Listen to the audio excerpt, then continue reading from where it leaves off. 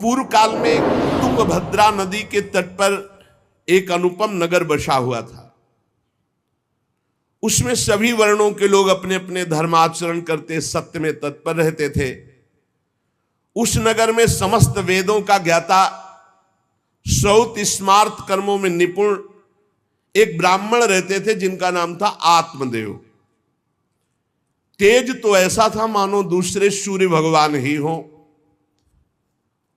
ब्राह्मण तेजस्वी, वैदज्ञ, सत्कर्म अनुष्ठान करने वाला, और कभी उसके दरवाजे से कोई भिक्षुक वापस नहीं लौटा।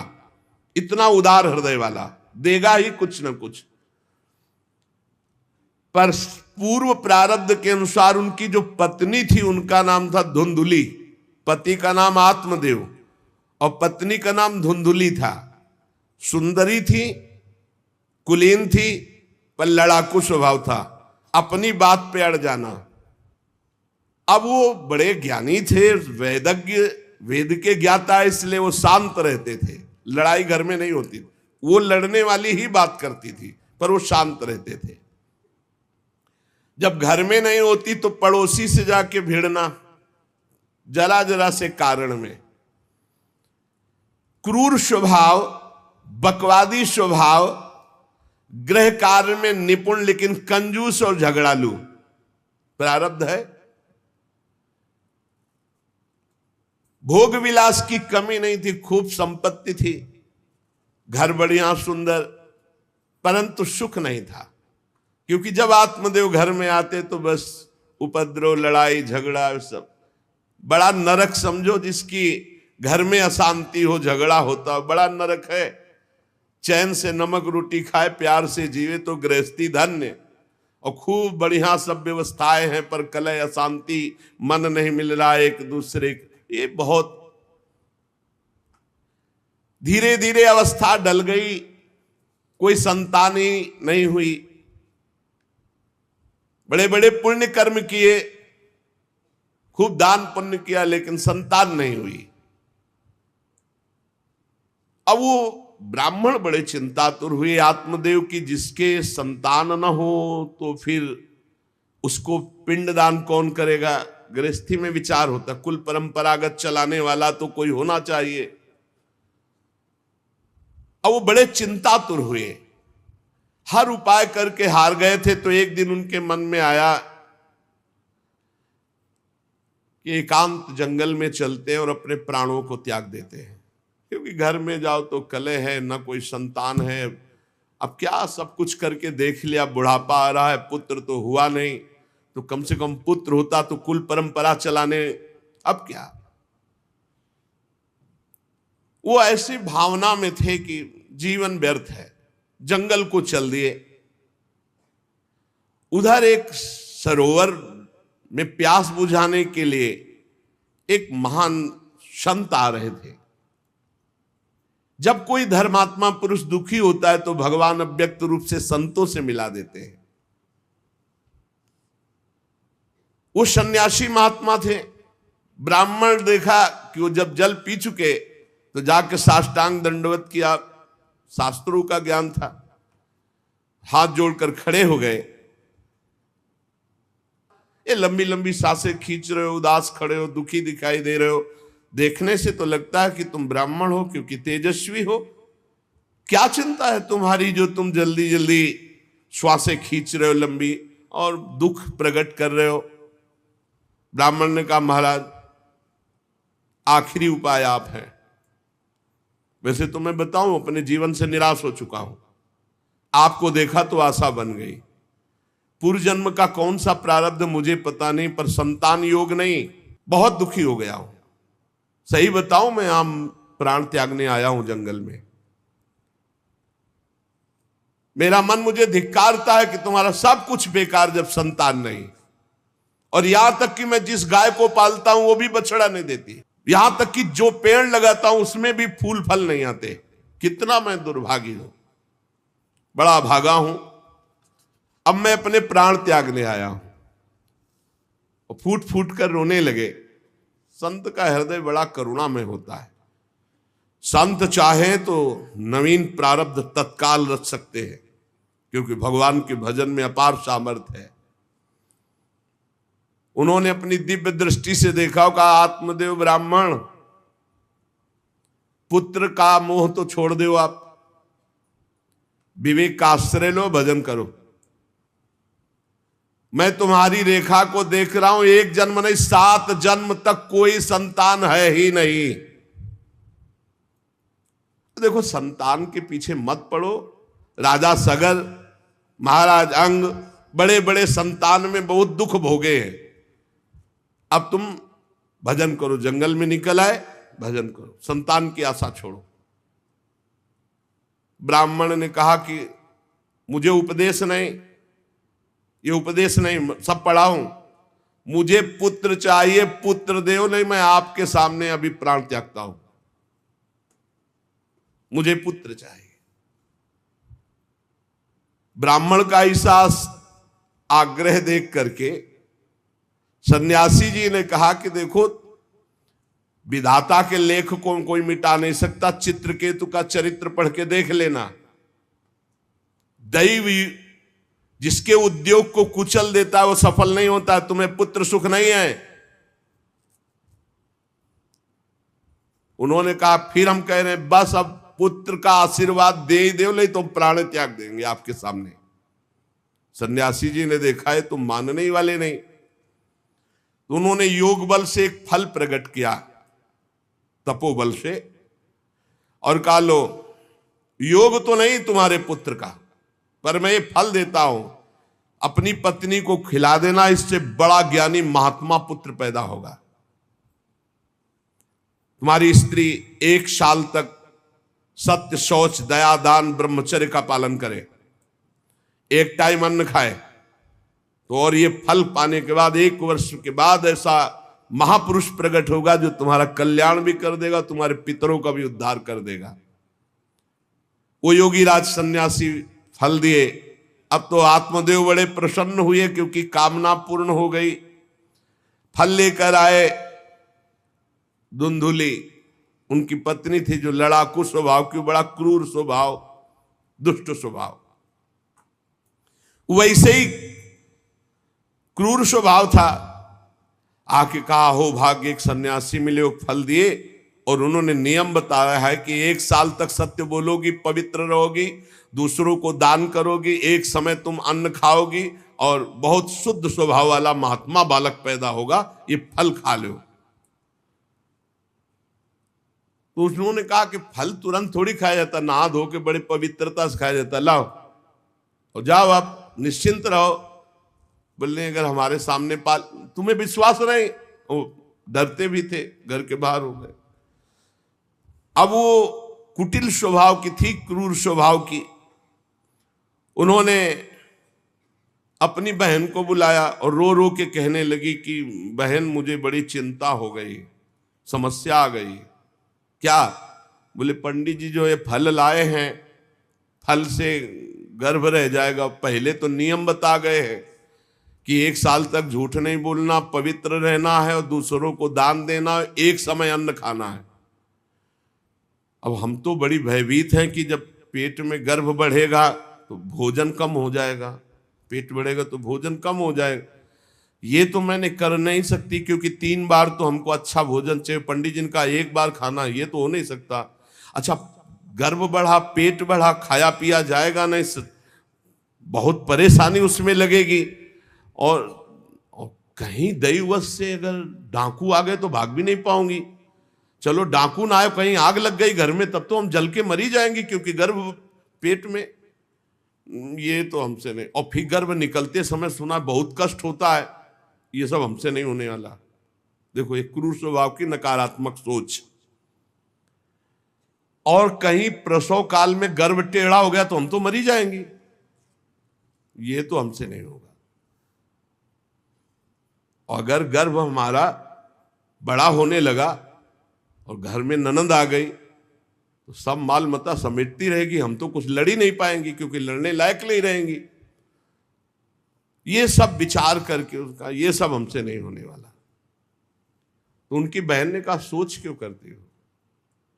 ठीक इसी समय हमें अनुभव हुआ है 2-4 दिन में, इसी महीने में कि हमारे पेट में है, तुम हमारे पति को धन दे देना और गर्भवती का नाटक करो, और जब हमारे बच्चा होगा हम तुम्हारे यहाँ पहुंचा देंगे, और हम अपने यहाँ शोरगुल कर देंगे कि बच्चा मर गया, कौन देखने आता है, और पति को पैसा दे देना। हाँ, ये तो बढ़िया बात रही, बढ़िया विधान बन गया, जैसे को तैसे मिले तो बढ़िया विधान बन गया। तू गर्भवती का नाटक कर आज से कि फल पा लिया और मैं गर्भवती हो गई, मैं अपने बालक को मरा घोषित कर दूंगी, और ये जो फल लाए हैं इसकी परीक्षा के लिए जो गऊ है उसको उपवा दो। जैसा उनकी बहन ने कहा था वैसे ही धुंधुली ने सब कर दिया। देख लो, कहा था स्वामी जी ने तुम्हारे 7 जन्म बालक नहीं, तो देखो बुद्धि कैसी खराब हुई, गाय को पवा दी। अब जब उसकी बहन के पुत्र हुआ तब तक वो कपड़ा पड़ा पेट में लगा के नाटक करती रही होगी कि हमारे गर्भ है। फिर एकदम घोषणा कर दी जब वो पुत्र रातों रात पहुंच गया कि हमारे संतान हो गई। उसके पिता को अच्छा धन दे दिया, वो धुंधुली को ला करके बहन का बेटा दे दिया। आत्मदेव तो बहुत आनंद हो गए, उनको क्या पता कि घर में क्या रहस्य हुआ, वो तो बहुत सुखी हो गए कि संत भगवान के द्वारा दिए हुए फल से हमारे पुत्र हो गया। बड़ा आनंद, बड़ा उत्सव मनाया, बालक के जात कर्म संस्कार कराए, खूब दान पुण्य किया, मांगलिक कृत्य किए। धुंधुली ने अपने पति से कहा कि पता नहीं क्या कारण मेरे वक्षस्थल में दूध तो है नहीं, और अभी नया बालक है, बिना मां के दूध के जीवित नहीं रहेगा, तो हमारी बहन के बालक हुआ था पधार गया है, उसको बुला ले क्या? अरे उन्होंने कहा बिल्कुल बुलाओ, हम और पैसे देंगे, स्वागत करेंगे, हमारा बच्चा पुष्ट होना चाहिए। बहुत बुद्धि लगाते हैं क्रूर स्वभाव के लोग, कैसा एकदम फिट कर लिया विधान। अब उसको बुला लिया बालक का पालन पोषण करने के लिए पैसे के बाद, और वो असली मां तो वही है ही है। पुत्र की रक्षा के लिए जो जो कहा आत्मदेव ने वो सब स्वीकार कर लिया। 3 महीने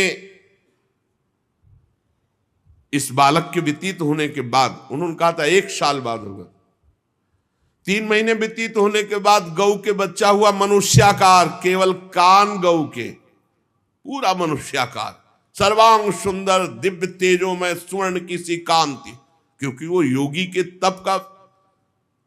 ब्राह्मण देवता नाच पड़े कि भगवान जब दिए तो कितना आनंद, घर में भी बच्चा और गौ के भी बच्चा ही हुआ। खूब संस्कार करके मंगल दान, बड़े प्रसन्न हैं। सब लोग कहते हैं आत्मदेव का देखो कैसा भाग्य बदला कि घर में भी पुत्र हुआ, गौ के भी पुत्र हुआ, बछड़ा नहीं, केवल कान भर। कैसे आश्चर्य की बात, दिव्य बालक उत्पन्न हुआ। पर इस गुप्त रहस्य का किसी को पता नहीं। आत्मदेव ने देखा कि बालक पूरा मनुष्याकार, केवल कान, गाय के तो नाम रखा गोकर्ण। और धुंधुली ने किसी शास्त्रीय पद्धति से नहीं, अपनी पद्धति से, हमारा नाम धुंधुली तो हमारे लड़के का नाम होगा धुंधकारी, उसका नाम रखा धुंधकारी। कुछ काल व्यतीत हुआ, दोनों जवान होने लगे।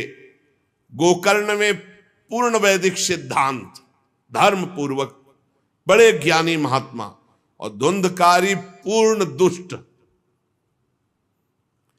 शौचाचार का तो नाम भी नहीं था पवित्रता का धुंधकारी में। खान पान पशुओं वाला, क्रोध नाक में चढ़ा, गंदी वस्तुओं से प्यार करने वाला, बहुत ही गंदा स्वभाव। चोरी बचपन से, द्वेष, पीट देना, लड़ाई करना, ये उसका चलते स्वभाव।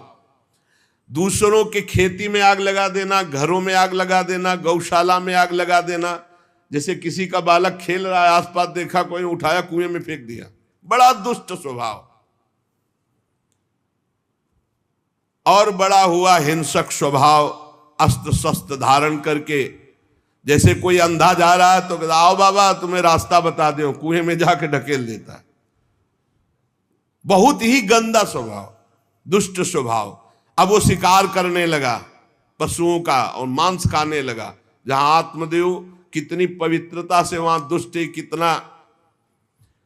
अब धीरे धीरे व्यभिचार करने लगा, वैश्याओं से संपर्क रखने लगा। संपत्ति थी ही, सारी संपत्ति वैश्याओं को। एक दिन पिता ने कहा आत्मदेव ने कि तुम्हारे आचरण इतने आसुरी प्रभाव के, हमें लगता है कि तुम हमारा सर्वनाश करने के लिए प्रकट, ये क्यों करते हो? तो खूब गिरा गिरा के मारा आत्मदेव को। सन्यासी की बात अब याद आई कि तुम्हारे भाग्य में पुत्र सुख नहीं है। खूब मारा आत्मदेव को। जब इतनी जोर से मार रहा था तो थोड़ी तो दया आई कि पति है, बचा ले। तो धुंधुली गई, तो फिर धुंधुली की दम जम के पिटाई की। अब वो तो राक्षसी स्वभाव, और घर के जितने जेवर बर्तन सब उठा के बेच दिए, वैश्यागामी हो। अब जब सारी संपत्ति स्वाहा, खाने को भी नहीं, तो धुंधुली बैठ के रोती। दुष्टता की ना, पति ने जब तुम्हें एक दिव्य फल दिया था, खाना चाहिए था। मैं कहां जाऊं, कौन मेरा सहयोग करे? बड़ी विपत्ति, बड़ा दुख, न खाने को न पीने को। अतरे दिन पिटाई करता धुंधकारी, आत्मदेव की भी और धुंधुली की भी। पिता बैठ के रो रहे थे। मैं सन्यासी की बात मान जाता तो गोकर्ण जी आए और उन्होंने कहा पिताजी, आप जैसे विद्वान पुरुष को ऐसा शोक करना उचित नहीं। तुम शास्त्र के ज्ञाता हो, तुम्हें चाहिए कि संसार की असारता का तो थोड़ा विचार करना हो। ये दुख रूपी मोह में फंसकर आप एक अज्ञानी पुरुष की तरह रो रहे हो, पिट रहे हो। पिताजी, क्या शास्त्रों में नहीं पढ़ा पुत्र किसका, धन किसका, पत्नी किसकी, शरीर किसका? ये मोह के कारण अज्ञानी जन रात दिन दीपक की तरह जल रहे। पिताजी, न सुख इंद्र को है, न चक्रवर्ती राजा को है। सुख है तो एकांत में भगवान का भजन करने वाले को है। ये देखो गोकर्ण, ये मुंचा ज्ञानम प्रजारूपम मोह तो नरके गति। ये नरक जाने वाली बात, पुत्र के मोह में फंस करके आप छोड़ो इसे, आपका शरीर नष्ट हो जाएगा। इसलिए मेरी प्रार्थना मानो, आज से निकलो घर से और वन में जाओ, भगवान का चिंतन करते हुए जीवन व्यतीत करो। गोकर्ण जी के वचन सुनकर आत्मदेव वन में जाने के लिए तैयार हो गए। उनका बेटा, आज तक तो कभी वन में तपस्या भजन किया नहीं, बड़ा शरीर से राग है, क्या करूं, कैसे भगवत प्राप्ति करूं? संत समागम कभी व्यर्थ नहीं होता। देखो, संत समागम का फल है गोकर्ण जी। हे पिताजी, शरीर से मैंपन छोड़ दीजिए और शरीर संबंधियों से मेरापन छोड़ दीजिए और भागवत धर्म का आश्रय लेकर संत समागम कीजिए। सदैव संतों की सेवा, भगवत सेवा, नाम जप, लीला कथा, श्रवण गायन, इसी से भगवत प्राप्ति हो जाएगी। बस उसी समय गोकर्ण को मन से प्रणाम करके कि भगवान गुरु रूप से इसी रूप में आकर मुझे उपदेश दे रहे, उसी समय आत्मदेव जी ने तो घर छोड़ दिया और वन की यात्रा की। 60 वर्ष की आयु हो चुकी थी, पर ज्ञान था शास्त्रों का। बड़ी निष्ठा से अपनी बुद्धि को समेटा संसार से और रात दिन भगवान के चिंतन में लगा दिया। भगवान के चिंतन और भागवत के 10वें स्कंद का रोज पाठ पूरा, जो भागवत का 10वां स्कंद श्री कृष्ण लीला चरित्र से भरा हुआ है, पूरा पाठ और निरंतर नाम जप, इसके प्रभाव से श्री कृष्ण चंद्र की प्राप्ति हुई गोकर्ण जी के उपदेश से आत्मदेव की। अब जब पिता वन को चले गए तो और छूट, वैसे मानता तो था ही नहीं, पर और छूट हो गई। अब धुंधकारी ने उठाई लाठी डंडा, जो धुंधुली की डट के पिटाई की और कहा बता धन कहाँ है। अब जितना धन था तो सब ले गए। फिर जलती हुई लकड़ी, लुकाठी, उससे बता धन कहाँ है। किसी तरह वो छूट पाई तो भागते हुए जाकर कुएं में गिरकर अपने शरीर को नष्ट कर दिया कि रोज की पिटाई से अच्छा एक बार दुर्गति को प्राप्त हुई। धुंधुली दुर्गति को प्राप्त हुई, पति आत्मदेव श्री कृष्ण चंद्र को प्राप्त हुई। योगनिष्ठ गोकर्ण जी ने जब देखा कि धुंधकारी का आतंक बढ़ रहा है तो उन्होंने छोड़ दिया। जो ज्ञानी पुरुष होते प्रपंच नहीं स्वीकार करते, उनको कोई सुख दुख इससे नहीं, उदासीन भाव से तीर्थ यात्रा को निकल गए। धुंधकारी ने 5 वैश्याओं को अपने संग में रखा, सब नौजवान वैश्याएं। अब उनके लिए पशुओं का मांस चोरी करके उनकी मनोकामनाएं पूरी करना। बुद्धि भ्रष्ट थी, आचरण भ्रष्ट थे, क्रूर कर्मा। एक दिन उन वैश्याओं ने कहा कि हमको तो हार नहीं पहनाया आज तक, कामना होती है। अब 5 को हार लाने के लिए तो बहुत रुपया चाहिए। मौत की भी उसको कोई भय नहीं रह गई थी। वो जिसको देखता काट करके जो मिलता धन एकत्रित करके 5 के लिए सुंदर आभूषण हार। अब हिंसा में उतरा जो, तो उसके लिए क्या। स्त्रियों ने सोचा कि नित्य नवीन चोरी करता है, आज हमने हार के लिए कहा तो 5 के लिए व्यवस्था कर दिया। पकड़ा जाएगा, जब ये पकड़ा जाएगा तो राजा इसे फांसी देंगे, तो हमको भी 5 को फांसी मिलेगी। मरना तो है ही है ना इसे। 5 ने विचार किया, मरना तो है ही, राजा फांसी देगा तो हम ही फांसी दे देती, तो कम से कम हम तो बच जाएंगे। बुरे कर्म का बुरा ही परिणाम होता है, कुछ भी कोई कर ले। धुंधुली कुएं में शरीर त्याग करके दुर्गति को प्राप्त हुई। ये जब जिन वैश्याओं के लिए प्राणों की बाजी लगा करके सब कुछ ला रहा, जानते उनका प्लान क्या बना कि ये चोरी करता है, पकड़ा जाएगा, फांसी की सजा होगी, मारा ही जाएगा। और जब ये पकड़ा जाएगा तो हम भी पकड़ी जाएंगी, तो फांसी की सजा इसको होगी, तो वही हम दे देती हैं, तो हम तो बच जाएंगी और सारा धन लेके रात्रि में निकल लेंगी 5 ने गुप्त रूप से ऐसा संकल्प बना लिया। धुंधकारी सो रहा था, 5 गए। अब 5 हैं, हाथ पैर 4 ही तो है, पैर 2 और 2 हाथ, 4 उसमें लग गए और एक जो है रस्सी से पूरा चारपाई पे बांध दिया। और जब उसकी आंख खुली तो रस्सी गले में डाल करके फांसी लगा रही पड़े पड़े। पर वो बहुत पापी आदमी, जल्दी मरने वाला तो था नहीं, खूब गला दबाया। अब बड़ी चिंता हुई वैश्याओं को कि अगर मरेगा नहीं तो हमें काट डालेगा ये। तो रसोई से जो कोयला जला हुआ आग था उसके मुंह में भर बगार बगार के शमशी से। अरे पापी की बहुत दुर्गति होती। दहकते हुए अंगारे उसके मुंह में और खूब कस के गला दबा, छटपटा कर पीट के मार डाला धुंधकारी को। और उसके शरीर को वहीं घर में एक गड्ढा बना के 5 ने गाड़ दिया। और वो सारा माल मत्ता पैसा सब कुछ उनको पता था।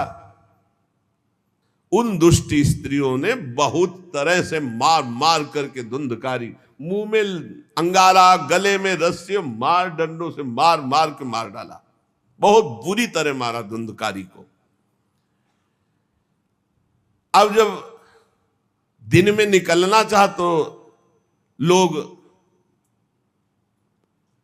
आज धुंधकारी नहीं देखा, बोले प्रीतम किसी कार्य से बाहर गए और असर लगाकर 5 माल मत्ता लेके भाग गए।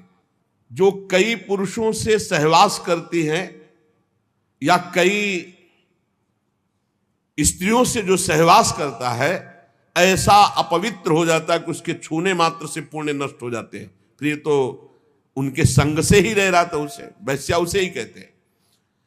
उन वैश्याओं के संग से सारे सुकृत नष्ट हो चुके थे, महान पाप का स्वरूप हो गया था और वो सब भाग चुकी थी। तो धुंधकारी को भयंकर प्रेत योनि की प्राप्ति हुई। प्रेत योनि, भयंकर प्रेत योनि। अब वो बवंडर रूप, जो चक्रवात जैसे बवंडर देखते हो ना, वो रूप धारण करके 10 दिशाओं में भटकता।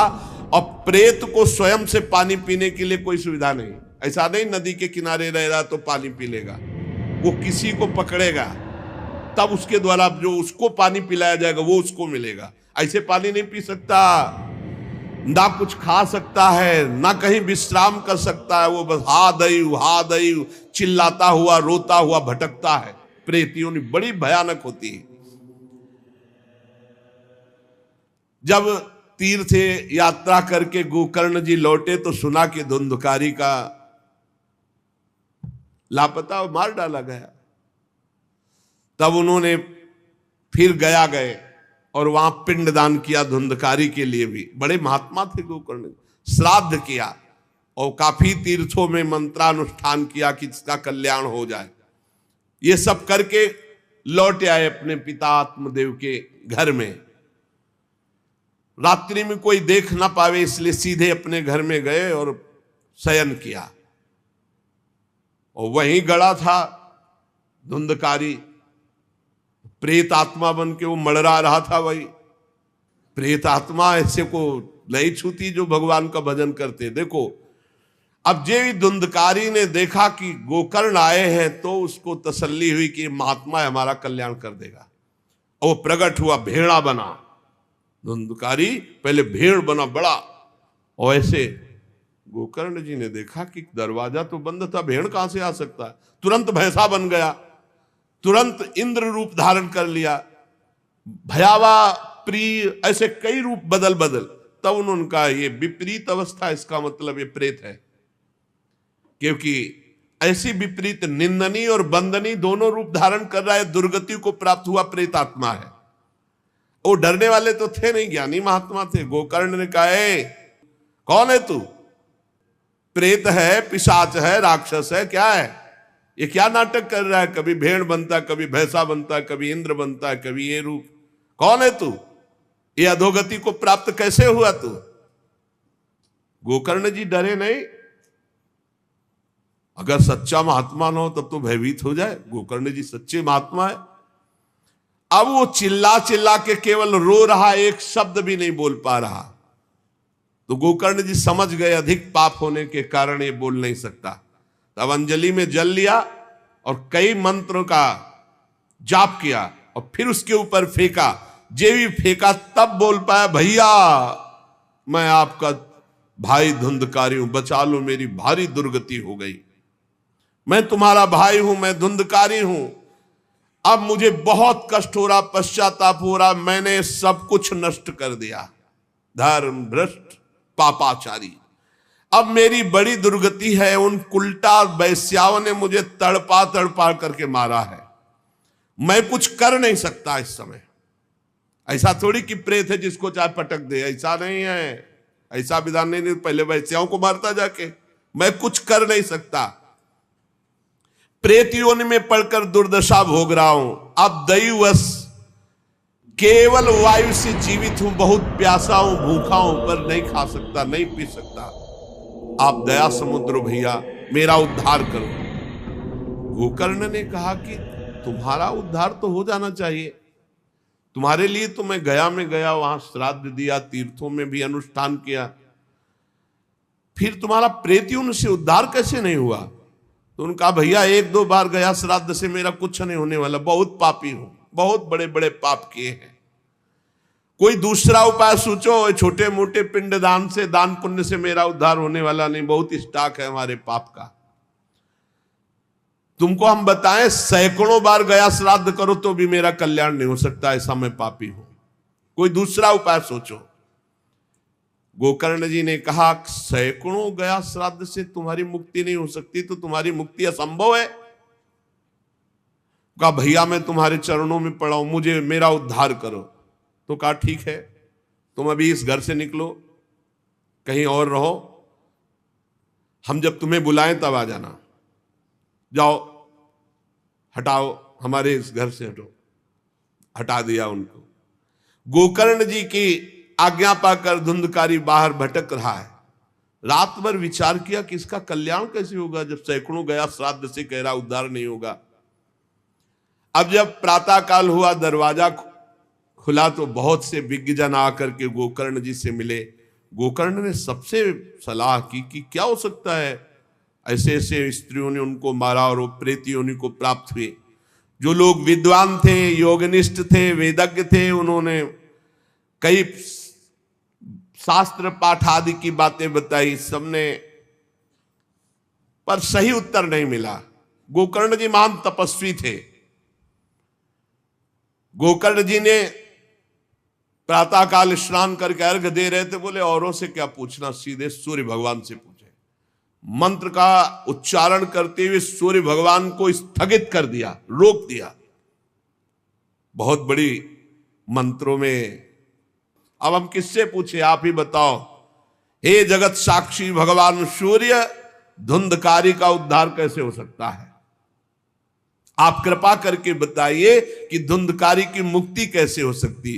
गोकर्ण की प्रार्थना सुनकर भगवान सूर्यदेव ने कहा, श्रीमद् भागवत महापुराण नियम पूर्वक सुनाओ, निश्चित उसकी मुक्ति हो जाएगी। सप्ताह पारायण 7 दिन में पूरी भागवत श्लोक सहित। सूर्य भगवान की आज्ञा सबने सुनी, गोकर्ण जी ने भी सुनी। बहुत सरल उपाय। गोकर्ण जी ने निश्चय किया, मैं स्वयं सुनाऊंगा और उसका उद्धार करूंगा। अब तो कथा का समय निश्चित किया। बहुत से लोग कथा सुनने के लिए वहां पहुंचे। जब सुना कि भगवान की कथा सब पापों का नाश कर देती है, तो बहुत से लोग, पापी पुण्यात्मा जो भी, सबको बैठने की उचित व्यवस्था की गई। एक 7 गांठ का बांस जो सीधा था, आवाहन किया धुंधकारी का और कहा, इस पे बैठ जा, तू भी कथा सुन। तो सीधे 7 गांठ के बांस पर धुंधकारी जाकर के बैठ गया, छिद्र में वायु रूप होकर। क्योंकि बाहर कहीं स्थित नहीं रह सकता, चलायमान तो बैठना है। गोकर्ण जी ने एक वैष्णव को मुख्य श्रोता बनाया और प्रथम स्कंद से स्पष्ट स्वर में कथा सुनानी प्रारंभ की, श्लोक और अर्थ। सायंकाल को विश्राम दिया तो एक बड़ी विचित्र बात हुई। सभासदों के देखते देखते एक बांस में तड़ तड़ की आवाज हुई, एक गांठ फट गई। दूसरे दिन कथा हुई, दूसरी गांठ, तीसरे दिन तीसरी गांठ। 7 दिनों में 7 गांठें फाड़ करके धुंधकारी परम पवित्र दिव्य रूप, भगवत पार्षद रूप धारण करके प्रकट हो गया।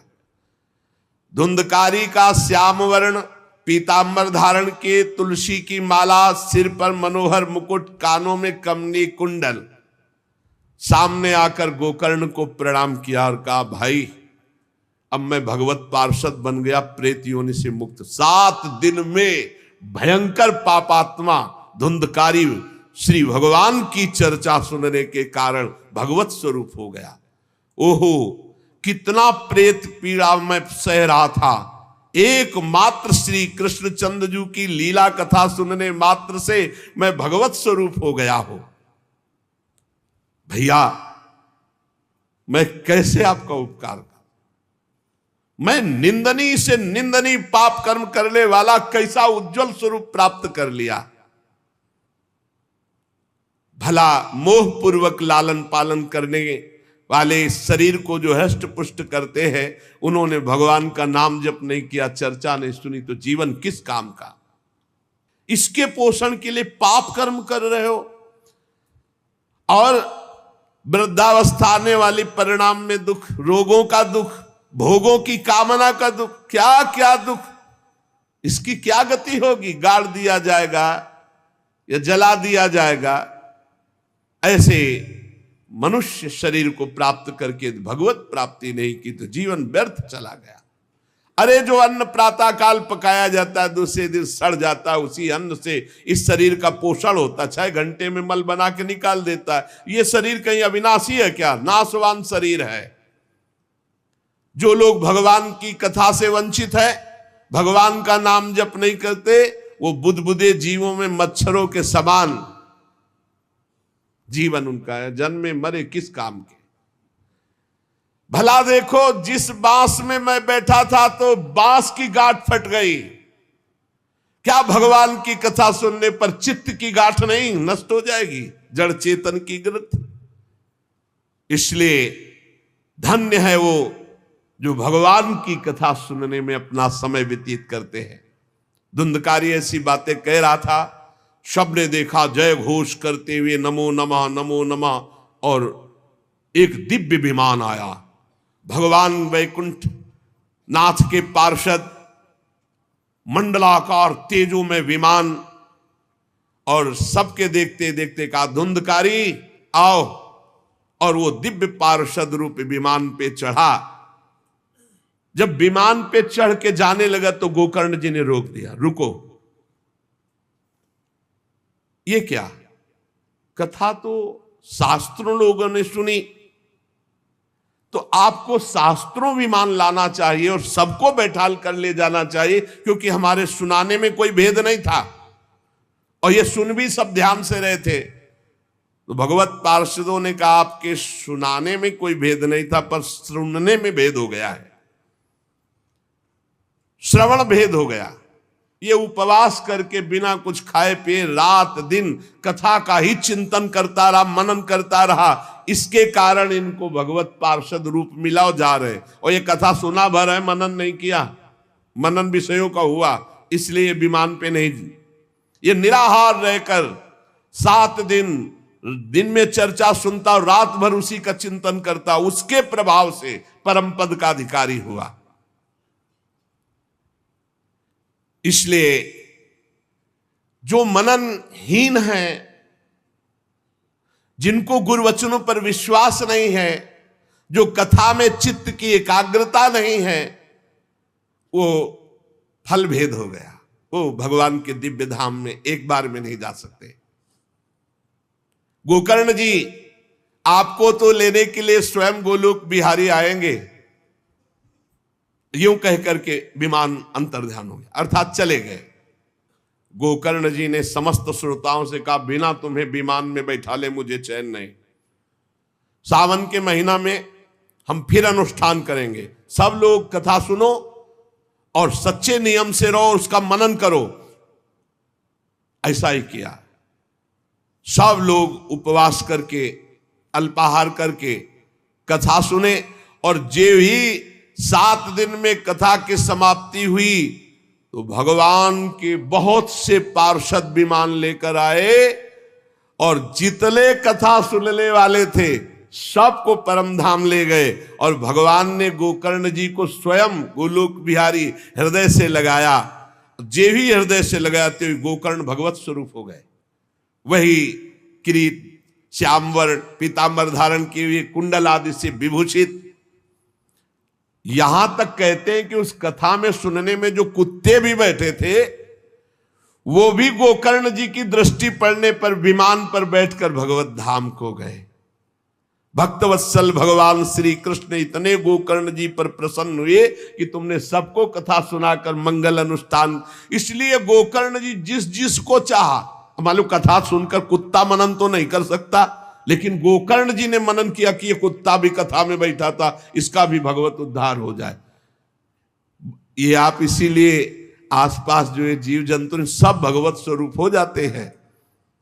बड़े बड़े सिद्धों को जो गति नहीं मिलती, भगवान की लीला कथा सुनने से, गोकर्ण जी के प्रभाव से धुंधकारी सहित समस्त श्रोताओं को भगवत धाम की प्राप्ति हुई। शेष चर्चा आगे। श्री राधा वल्लभ लाल की जय।